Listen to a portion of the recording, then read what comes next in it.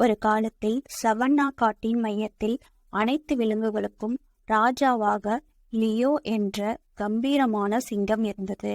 ராஜா Leo தனது வலிமைக்காக மட்டுமல்ல, அவரது புத்திசாலித்தனத்திற்காகவும் மன்னராக பதவி வகித்தார். ராஜ்யத்தில் உள்ள அனைத்து விலங்குகளும் அவரை மதித்து பிரச்சனைகள் ஏற்படும் போதெல்லாம் அடிக்கடி அவருடைய வழிகாட்டுதலை நாடின. ஒரு நாள் எல்மர் என்ற பெரிய மற்றும் வலிமையான யானை மற்ற விலங்குகளை பற்றி புகார் செய்ய சிங்கத்தின் நீதிமன்றத்திற்கு வந்தது. எல்லா விலங்குகளிலும் நான் மிகப்பெரிய மற்றும் வலிமையானவன், எல்மர் உரத்த குரலுடன் எக்காலத்துடன் கூறியது. நான் தான் தலைவராக இருக்க வேண்டும், நீங்கள் அல்ல என்றது. மன்னர் லியோ அமைதியாக புன்னகைத்து, எல்மர், வலிமை முக்கியம், ஆனால் ஒரு நல்ல தலைவனுக்கு அது மட்டும் பத்தாது. ஒரு தலைவர் கனிவாகவும் புத்திசாலித்தனமாகவும் நல்ல சிந்தனையுடனும் இருக்க வேண்டும். ஆனால் எல்மர் பிடிவாதமாக இருந்தது. அதன் கால்களை ஓங்கி தரையில் மிதித்து, எனக்கு ஞானமோ இரக்கமோ தேவையில்லை, யார் உண்மையான வலிமையானவர் என்பதை பார்க்க ஒரு போட்டி நடத்துவோம், வெற்றி பெறுவர் தலைவர் என்று கூறியது. போட்டிக்கான மற்ற விலங்குகள் கூடின. எல்மர் நல்ல அறிவுரையை கேட்க மாட்டார் என்பதை புரிந்து கொண்ட கிங் லியோவும் ஒப்புக்கொண்டார்.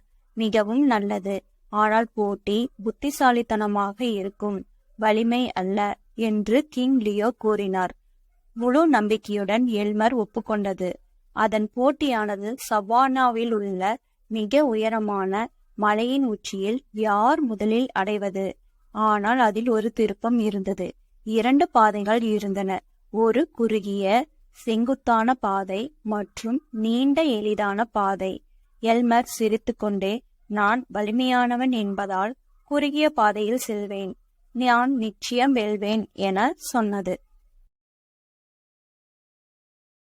மன்னர் லியோ வெறுமனமே சிரித்து நீண்ட பாதையை தேர்ந்தெடுத்தார்.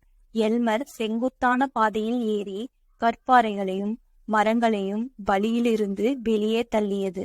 ஆனால் விரைவில் அது சோர்வடைந்தது. செங்குத்தான மலை மற்றும் அதுக்கு மிகவும் கடினமாக இருந்தது. மேலும் அது மூச்சு வாங்க நிற்க வேண்டியிருந்தது. இதற்கிடையில் கிங் லியோ தன்னைத்தானே வேகப்படுத்தி நீண்ட எளிதான பாதையில் சீராக நடந்தார். தடைகளை தவிர்ப்பதற்கு அவர் தனது புத்திசாலித்தனத்தை பயன்படுத்தினார் மற்றும் மெதுவாகவும் நிலையானதாகவும் பந்தயத்தில் வெற்றி பெறுவார் என்பதை அறிந்த அவர் தனது நேரத்தை எடுத்துக்கொண்டார்.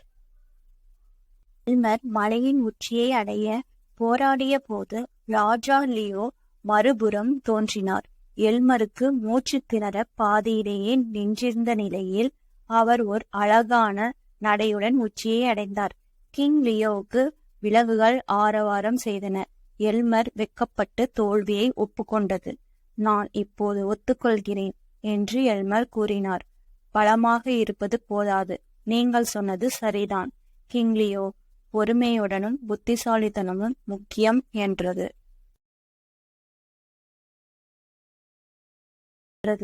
அரசன் லியோ எப்போதும் போல அன்பாகவே புன்னைத்து, எல்மர், உன்னிடம் பெரும் வலிமை உள்ளது, ஆனால் வலிமை புத்திசாலித்தனத்தால் வழிநடத்தப்பட வேண்டும்.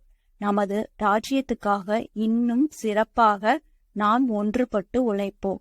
அந்த நாளிலிருந்து எல்மர் மன்னன் லியோவின் புத்திசாலித்தனத்தை மதிக்க கற்றுக்கொண்டது.